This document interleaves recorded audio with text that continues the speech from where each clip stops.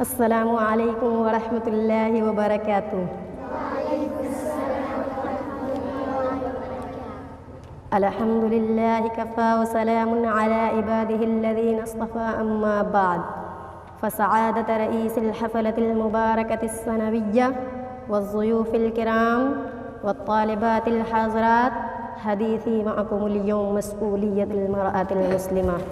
إخواني وأخواتي في الله، المرأة نصف المجتمع أو أكثر من النصف، والمرأة هي الأم والخالة والزوجة والبنت والأخت والقريبة، وهي المربية والمعلمة والحازنة والداعية، وهي مخرجة الرجال ومربية الأبطال والأجيال ومعلمة النساء، وهي منشئة القادة والعلماء والدعاء. عباد الله وإماء الله، لقد بين القرآن الكريم مكانة المرأة، ولم يفرق القرآن الكريم بينها وبين الرجل في تحصيل الثواب. قال الله عز وجل: فاستجاب لهم ربهم أني لا أضيع عمل عامل منكم من ذكر.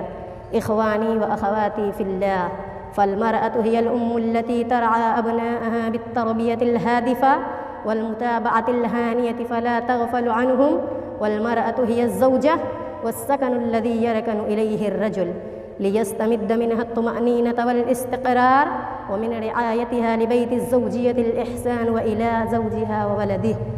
فكلكم راع وكلكم مسؤول عن رعية، والأمير راع والرجل راع على أهل بيته، والمرأة راعية على بيت زوجها وولده.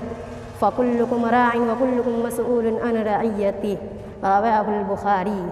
والمرأة هي البنت التي تكون فخرا لأهلها وزخرا لوطنها ورفعة لمجتمعها بالمحافظة على دينها وأخلاقها وقيمها فيكسوها الوقار، فتكون كمريم البطول في طهرها، وخديجة في وفائها، وفاطمة الزهراء في برها، وعائشة الصديقة في علمها رضي الله عنهن جميعا.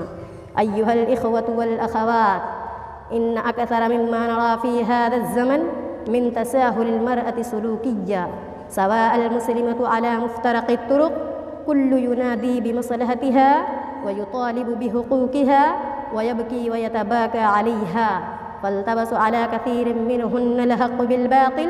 أيها الإخوة والأخوات، يقع على المرأة دور كبير في التأثير على الرجل، فإن كانت أماً فلها سمة الأمر والنهي، وعليه طاعتها وتنفيذ أوامرها بالمعروف، وإن كانت زوجة فلها حثه وترغيبه في الطاعة وتحذيره من المعاصي، ولا ينكر دور المرأة مع زوجها إلا جاهل مكابر. وهكذا هي أخت وبنت وقريبة، ولهذا يجب عليها أن تعي هذا الدور العظيم لتقوم به خير قيام.